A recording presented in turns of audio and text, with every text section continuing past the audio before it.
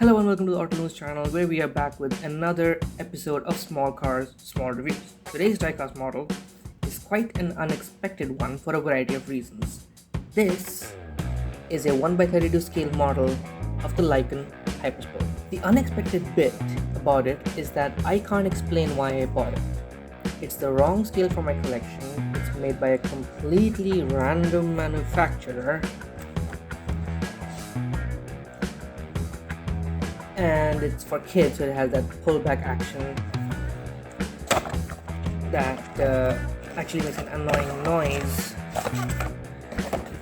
when you open the door.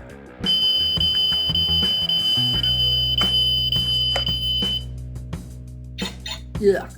I like the lights, but I hate the noise. Like, it advertised that it does make a noise, but I didn't expect it to be that annoying.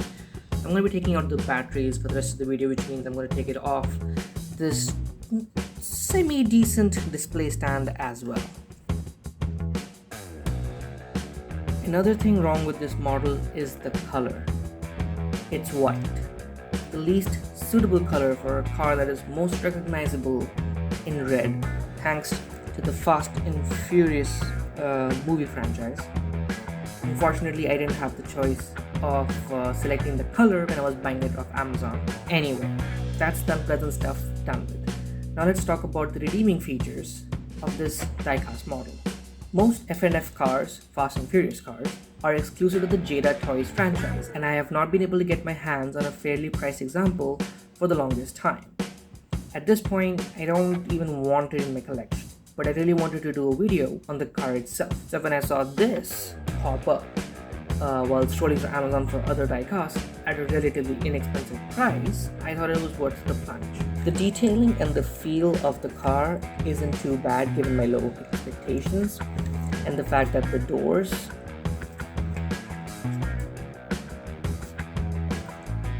the front and the engine cover here, 1 second, all open. Of course, you can, because it's budget, you can see the lack of finish here, even down here it's not exactly great detailing. Doors are alright, to be honest, but the rest of it, not so much. So while the quality of the model itself isn't great,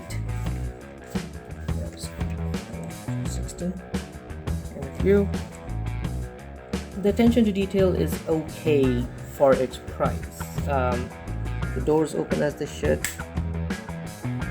The wheel design looks similar to the car it's based on. The shut lines aren't awful.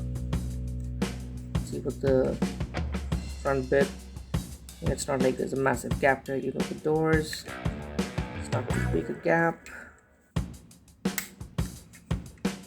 See? So yeah, the shut lines aren't too bad. It's an okay model. I guess credit goes to the outlandish design of the car it's based on, and that I can still somewhat enjoy looking at this thing. The sharp lines, the well-defined rear haunches, crazy tail lamps, and overall Batmobile vibes are decently captured. Of course, being the wrong color does take it down a notch, but I'll look past that. There's some detailing to the interior as well, but it's kind of hard to show you because of the fact that the door is in this position.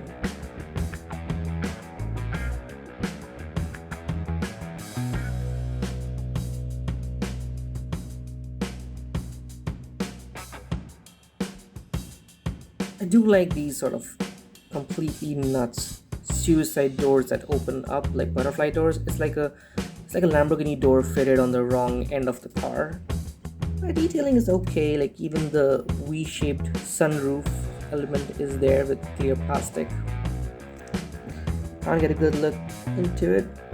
Again, the detailing isn't great, but you can see tail lamp shapes, these sort of diffuser type thing going on here, the more aggressive engine cover and engine vents, scoops also, this is plastic.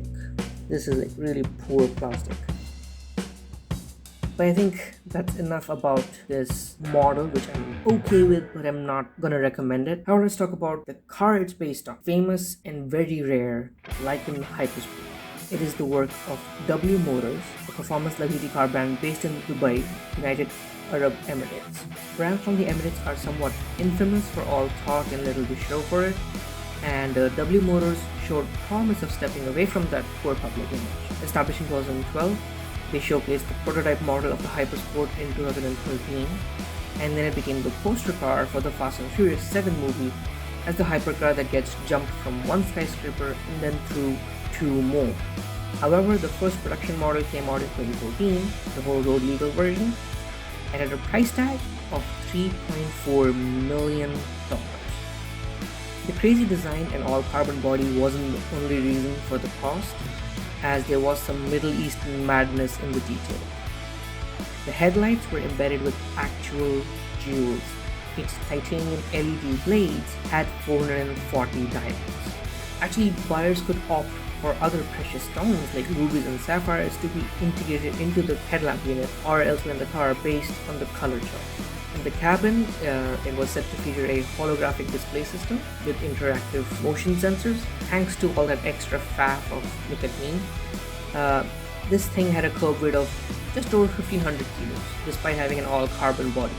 Only 7 units were to be made, and the company claims all have been sold, one of which was added to the famous Abu Dhabi's police supercar collection. Let's talk about the powertrain.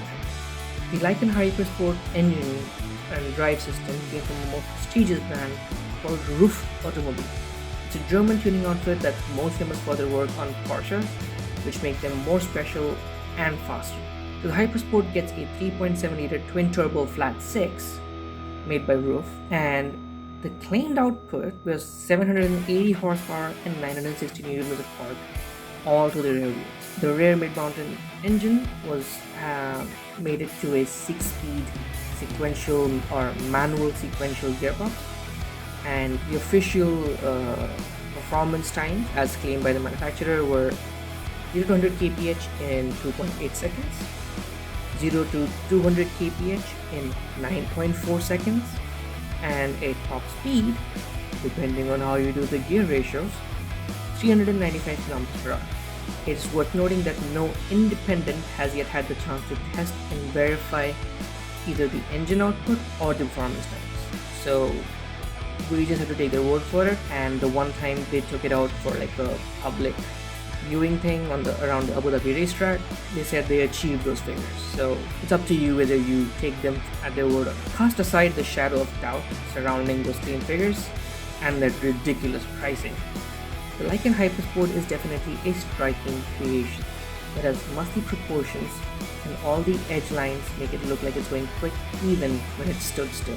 That, combined with its ridiculous price tag of $3.4 million and that crazy movie stunt, has cemented the Lykan Hypersport in pop culture. Very few people are likely to ever see a production car in real life, and I don't think any of the 7 units built will ever see much mileage from their customers. But to know that this breathtaking beast does exist in a roadworthy avatar is good enough for me. As far as this cheap diecast model goes, I don't think I'll be keeping it any longer than I have to.